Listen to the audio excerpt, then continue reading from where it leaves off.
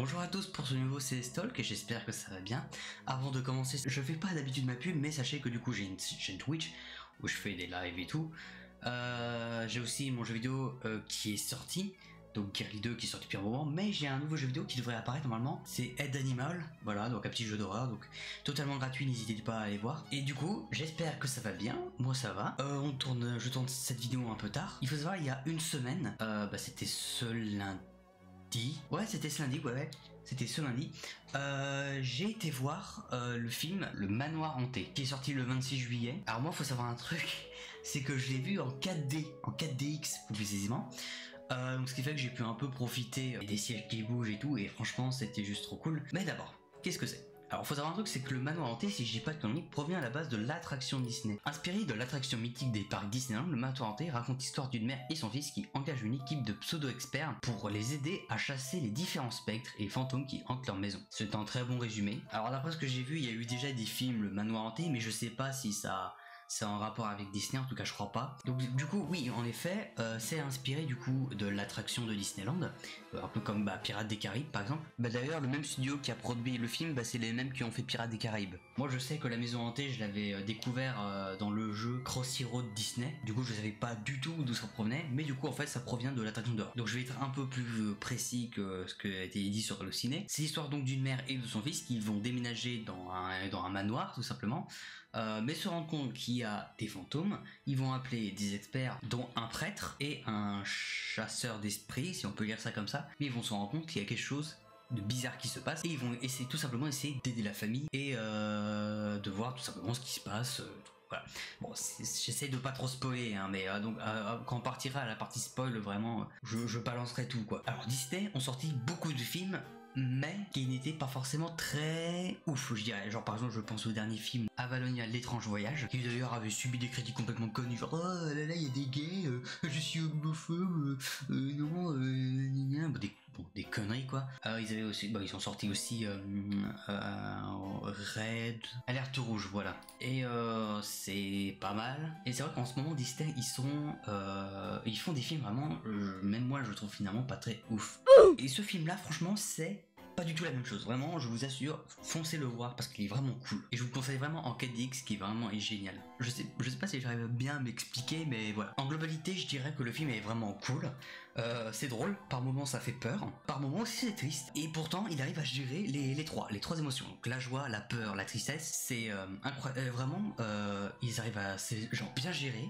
Il y a quelques scènes où vraiment j'ai pas compris pourquoi ils sont pas allés plus loin. J'en parlerai après dans la partie spoil. Mais en globalité, je dirais juste aller voir le film, il est trop cool. Maintenant, je vais passer à la partie spoil. Donc, ne vous plaignez pas si vous faites spoil. C'est la partie spoil maintenant. Alors, je vais être maintenant un peu plus précis sur le scénario. Bon, en gros, oui, c'est l'histoire de Gabi, une daronne, et son fils de 9 ans, Travis, qui vont déménager dans un manoir. Déjà, au début du film, ils se font attaquer un peu par un chevalier, une armure de chevalier. Du coup, ils vont engager d'abord. Alors, c'est pas montré dans le film, c'est expliqué un peu après, mais du coup elle va engager un prêtre qui au véritable en fait est un faux prêtre, qui du coup lui ce prêtre comme il va tenter d'enlever les fantômes, il va pas réussir, et il va aller voir Ben, et du coup le film se concentre surtout sur Ben qui lui alors au début on le voit dans le film, c'est juste un mec qui picole et qui est un peu scientifique et tout ça, qui du coup va rencontrer une femme qui va donc tomber amoureux, et ça va être cette femme là qui va lui apprendre un peu son travail, elle, c'est de faire visiter des maisons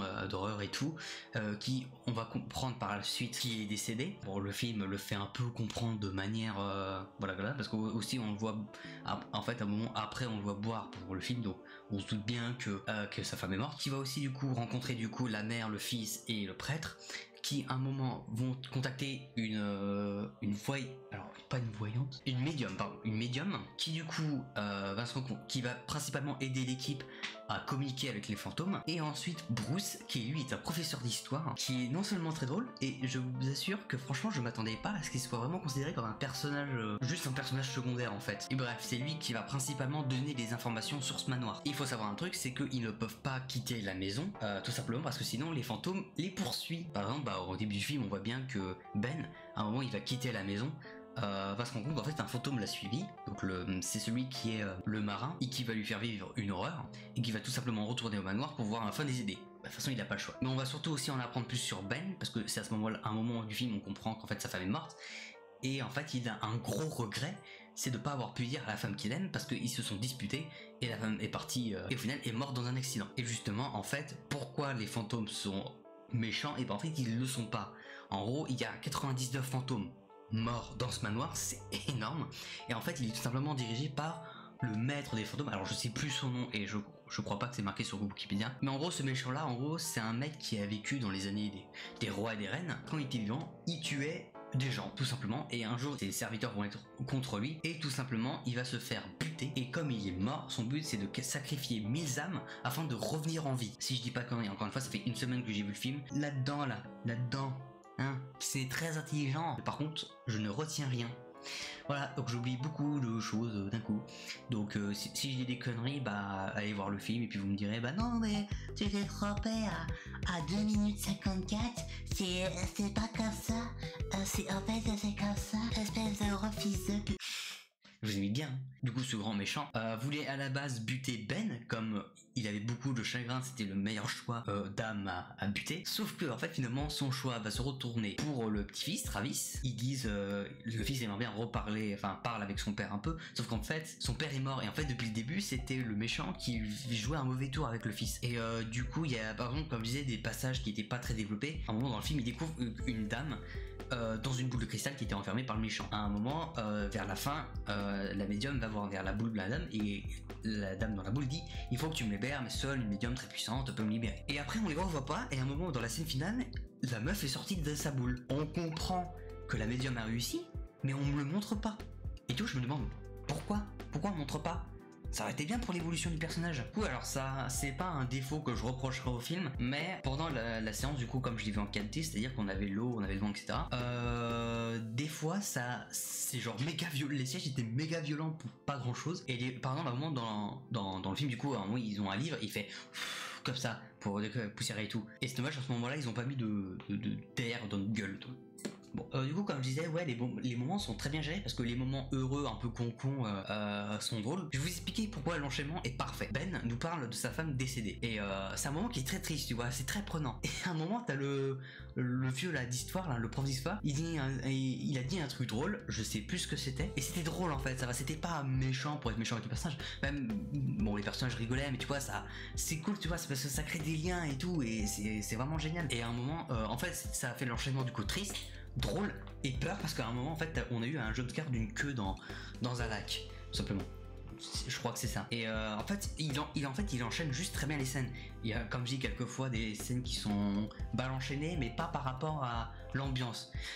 Donc au final ça va entre guillemets, mais bon. Et c'est vraiment, franchement ça fait partie des films que vraiment peut-être dans mon top 10 des meilleurs films en vrai, parce que vraiment j'ai adoré. Ah oui, c'est vrai que j'ai oublié d'expliquer un truc, mais à un moment en fait on montre bien que le méchant, bah, c'est un gros connard, parce qu'en gros il y avait un mec et une femme qui s'aimaient, et la femme est morte.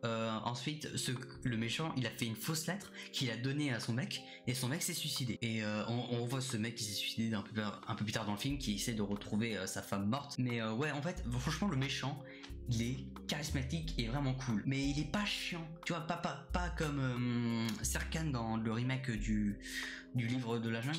C'est pas un méchant chiant, tu vois, donc c'est vraiment cool, tu vois, c'est un méchant un peu fun qui fait un peu peur à l'équipe et tout. Et ouais, il est vraiment cool comme méchant. Mais par contre, il est quand même vachement con, parce que vers la fin, t'as Ben qui veut plutôt se sacrifier à la place de Travis, et il est en mode vas-y, tombe, viens avec moi, te sacrifier. Littéralement, le mec il pourrait juste prendre son bras et le comme ça. Et le mec il est comme ça. En fait, leur but c'était de faire perdre du temps aux méchants pour qu'ils arrivent à récupérer un objet afin de se débarrasser définitivement. Mais le méchant il voit pas. Et pourtant il sait. En plus il savait très bien que les autres essayaient d'apporter un objet pour le tuer, sachant que plusieurs fois il a dû balancer dans le feu. Alors c'était son chapeau qu'il avait. Mais le mec lui ça le dérange pas. Il prend tout son temps et tout. Bon, du coup, charismatique mais un peu con. Et ouais, non, part ça, j'ai juste kiffé le film, franchement c'était trop cool. Puis au final le film se termine bien parce que du coup comme je disais les méchants en fait ils sont pas vraiment méchants, ils obéissent aux ordres du méchant, mais eux en fait ils veulent pas du mal aux autres. Alors juste petit truc qui n'a rien à voir, c'est que j'ai dû aller chercher des extraits du film pour les insérer dans la vidéo, et c'est dingue à quel point ça spoil. Enfin vraiment, genre vous voyez, on voit le méchant, on voit les fantômes qui attaquent et tout, on voit même des parties de la fin du film. C'est incroyable. Alors pourtant que c'est censé être une bande-annonce quoi.